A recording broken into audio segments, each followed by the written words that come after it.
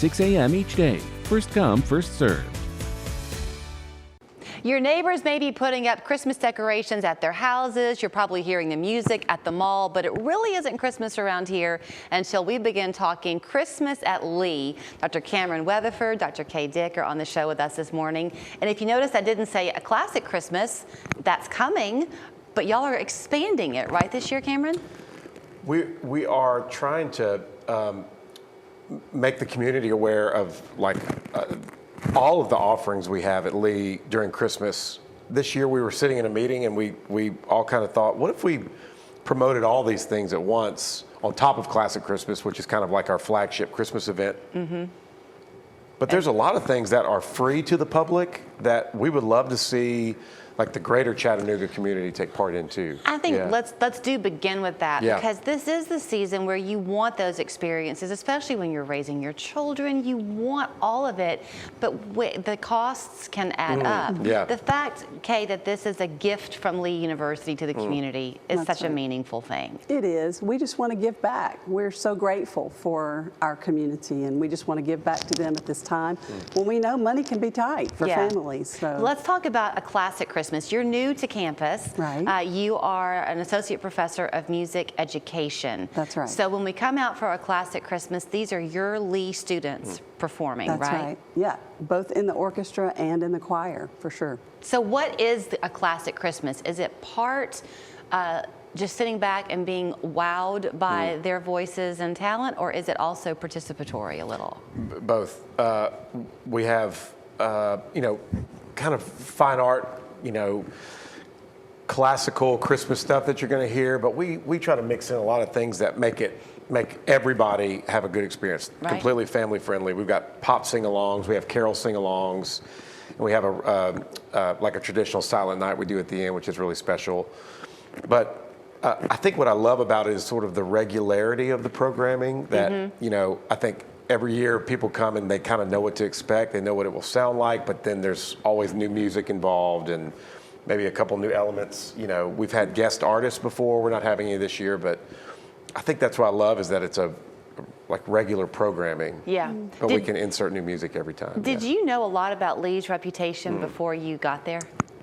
Yes, actually, because I have 3 biological children and a daughter-in-law who all went to Lee. Wow. Before I ever came. So it's like a homecoming for you. It is in so many ways. Did you know the Conn Center well? Yes, pretty well. As a parent, sitting in a lot of performances because my children are all musicians.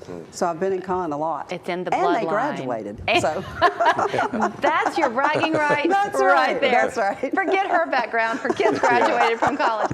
So when you come to the Conn Center, it is an awesome facility. It's a large facility. It is packed, so you do want people to get a ticket. That's why you did this, Cameron, because it's free, but they have to know how many people are coming. Yeah, the system we have is, again, we want it to be free. It is our gift to kind of give back to kick off the Christmas season. But we do need to have sort of a head count, and tickets do need to be reserved. Those are going quickly, but we still have enough, for folks to reserve those. You can go on our website and find those through our Eventbrite page. They may have that link to display. But you can do that. You can call. You can come up to Lee if you're near, and you can go to the box office, reserve tickets there. But you do have to have a ticket to get in. And since that's going to be December 7th, you mentioned that you're this year calling it Christmas at Lee throughout the season. So what are some of the other things you have going on? Yeah, so Classic Christmas is one of those elements as a kind of a specialized concert. But Christmas at Lee, we just realized that there's multiple events that we invite crowds to, and so why not kind of promote all of them? And we're proud of what Christmas looks like at Lee. And so we have, starting with the tree lighting, which is actually next week, I believe it's November 14th, right outside of our the Math and Science Complex.